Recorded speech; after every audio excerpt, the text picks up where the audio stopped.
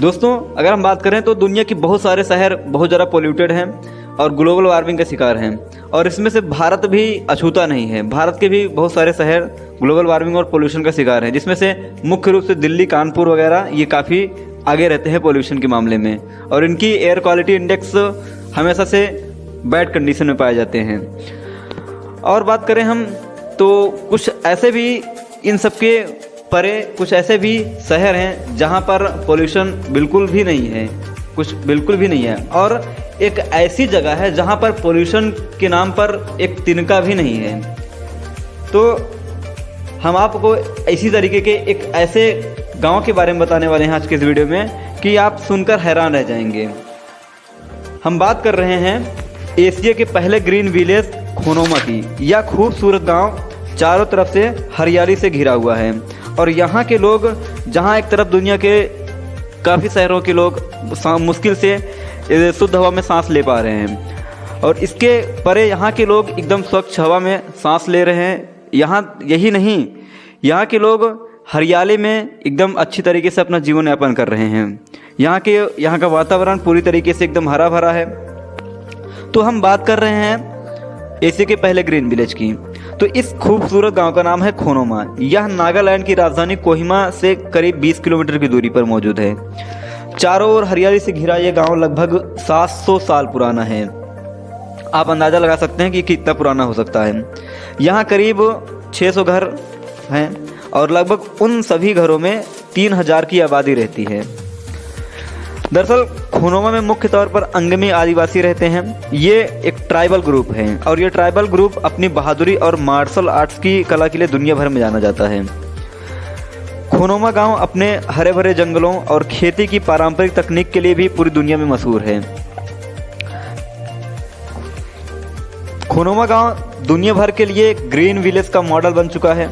यह गांव सतत विकास यानी सस्टेनेबल डेवलपमेंट है। सस्टेनेबल डेवलपमेंट का मतलब है कि जैसे आप अपनी लाइवलीहुड यानी जीवन यापन करने के लिए जो चीज़ें आपके लिए ज़रूरी होती हैं, स्वास्थ्य, शिक्षा, ये सारी चीज़ें आपके लिए ज़रूरी होती हैं। तो इस पूरे मॉडल को यानी सतत विकास के मॉडल को, सस्टेनेबल डेवलपमेंट के मॉडल को यह गाँव 90 के दशक में ही अपना चुका है।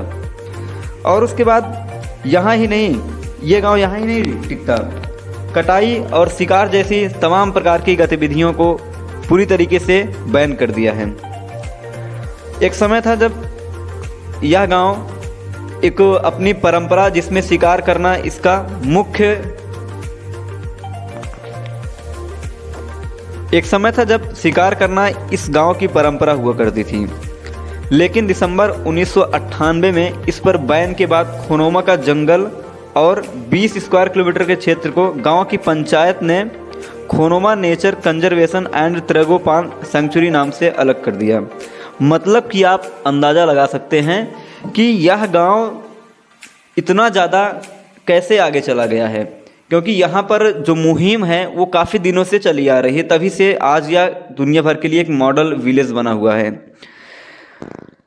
यह कदम तब उठाया गया था जब गांव वालों ने एक हंटिंग कंपटीशन के चलते एक हफ्ते में ही करीब विलुप्त होने की कगार पर खड़े ब्लिट्ज ट्रैगोपान की 300 पक्षियों की हत्या कर दी थी। और इतने बड़े पैमाने पर इन पक्षियों की हत्या करने के बाद वन जीवन संरक्षणवादियों और गांव के बड़े बुजुर्गों ने यह कदम उठाने के लिए सब लोगों को प्रेरित किया।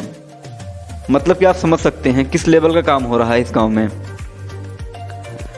अब अगर हम कुछ और बात करें इस गांव के बारे में, तो ये गांव इतना पर ही नहीं ठहरता है, इसके कुछ और भी खूबियां हैं। जैसे करीब 100 साल पहले अंगमी आदिवासियों ने अंग्रेज़ों से भी लोहा लिया था, और आधुनिक हथियारों से लैस योद्धाओं यानी ब्रिटिश आर्मी पर इन योद्धाओं ने, नागालैंड के योद्धाओं ने उन्हें पूरी तरीके से नेस्तनाबूद कर दिया था, यानी कि पूरी तरीके से उन्हें घुटने टेकने पर मजबूर कर दिया था। मतलब समझ रहे हो ना।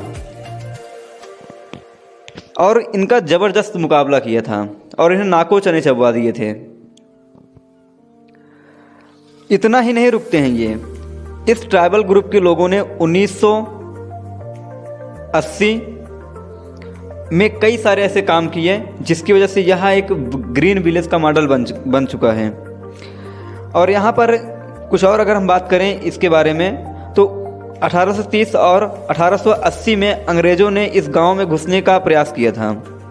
तब भी इस गांव के अंगमी योद्धाओं ने ब्रिटिश आर्मी को भारी नुकसान पहुंचाया था और गांव में एंट्री करने तक नहीं दिया था। तो इस तरीके का काम, इस लेवल पे काम हो रहा है इस गांव में। तो आई होप आपको ये जानकारी इन्फॉर्मेटिव लगी होगी। अगर आपको वीडियो इन्फॉर्मेटिव लगा हो तो आप चैनल के सब्सक्राइब बटन को ज़रूर प्रेस करें, वीडियो को लाइक करें, शेयर करें। जय हिंद।